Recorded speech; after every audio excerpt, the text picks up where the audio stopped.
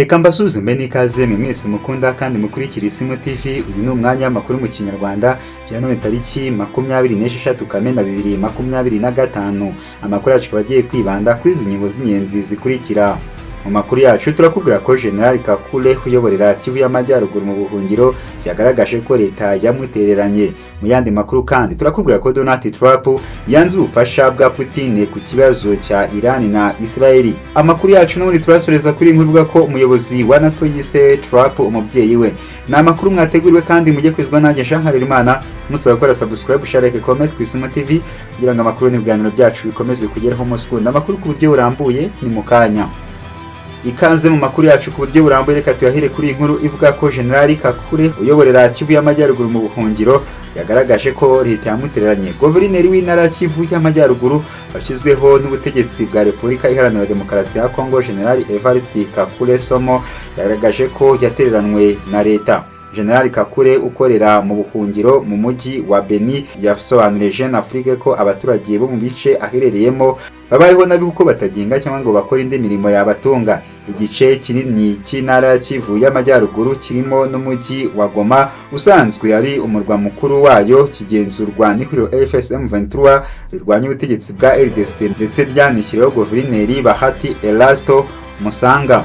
General Kakule yavuze ko kuva AFSM 23 yafata ikibuga cy'indege cya Goma mu mpera za Mutarama 2025 abafatanyabikorwa basa n'abatazi ko hari ubuyobozi bw'iyi ntara bwashyizweho na leta bubaho. Niyo mpamvu turi gukora tukanagura ikibuga cy'indege cya Beni Mavivi, inkunga z'ubutabazi zikwiye kutugeraho. Uyu musirikare yaciye amarenga yuko leta idafasha bihagije abaturage bahungabanye nawe mu mujyi wa Beni n'ahandi hagenzurwa n'ingabo za RDC, bityo ko yayisabye kongera ubufasha ibaha. Ati kandi turi mu biganiro na guverinoma kugira ngo iduhe bufasha bufatika, nahawe isezerano ko ibyo bizakorwa. Yabajijwe niba ntabwo bafite bw'uko FSM 23 ishobora gufata ibice bisigaye byo muri Kivu y'Amajyaruguru ikagira na Kisangani mu ntara ya Tsopo, asubiza ko yizeye ko bitazashoboka bitewe n'amasezerano y'amahoro. Amakuru yacu reka tuyakomeze kuri inkuru ko Donald Trump yanze ubufasha bwa Putin ku kibazo cya Iran na Israeli. Perezida wa Leta Zunze Ubumwe za Amerika Donald Trump yavuze ko mugenzi we w'Uburusiya Vladimir Putin yamuhamagaye amubwira ko yamuha ubufasha bagakemura amakimbirane ari hagati ya Iran na Israeli, arabyanga. Ibi Trump yabitangarije ibitangazamakuru ubwo yari yitabiriye inama ya NATO kuwa 24 Kamena 2025. Yavuze ko Putin yamuhamagaye amwizeza ubufasha ariko amubwira ko atabukeneye.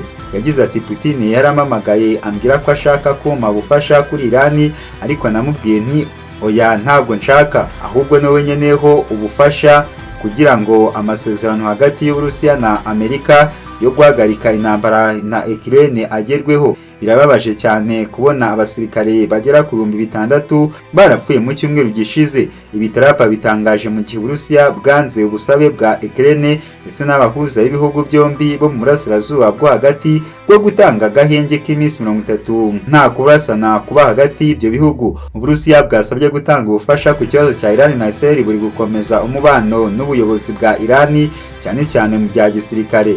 Kuva ubwo bwatangizaga intambara yeruye muri Ukraine, Iran yohereje muri Moscow drone z'intambara zo mu bwoko bwa Shahed zibarirwa mu bihumbi, ari nazo zikomeje kwifashishwa mu bitero Uburusiya bugaba muri Ukraine.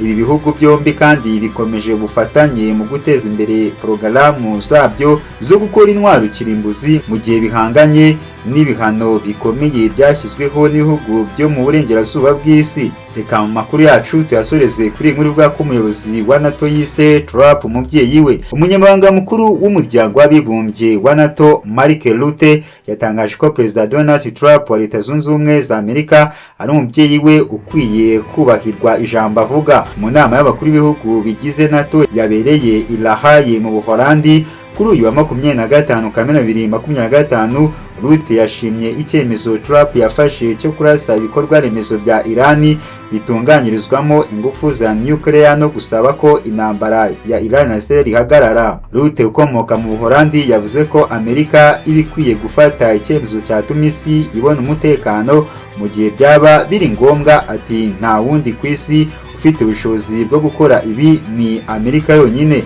Yakomeje agira ati ufite 25% by'ubukungu bw'isi, ufite imbaraga za gisirikare nyinshi kurusha kure abandi ku isi, amateka kugira ushobora gufata icyemezo iyo bibaye ngombwa. Rute yageze aho avuga ko Trump ari umubyeyi ati rimwe na rimwe papa aba akwiye gukoresha imvugo ifite imbaraga. Ijambo perezida wa Amerika yishimiye, asobanurira abanyamakuru ko umuyobozi wa NATO ashobora kuba amukunda. Trump ati arankunda, ntekereza ko ankunda, yabikoze mu buryo buryoshye, ati papa uri papa. Perezida wa Amerika wari umaze igihe kinini agaragaza ko atiyumva muri NATO bitewe n'uko ibihugu bigize uyu muryango bishora amafaranga make mu gisirikare. Yagaragaje ko noneho awushyigikiye nyuma y'aho byemeye kwikosora. Ni amakuru mwateguriwe kandi mwagezwagaho nanjye Jean Harerimana, musaba gukora subscribe, share, like, comment ku ISIMU TV kugira ngo amakuru n'ibiganiro byacu bikomeze bikugereho umunsi ku wundi.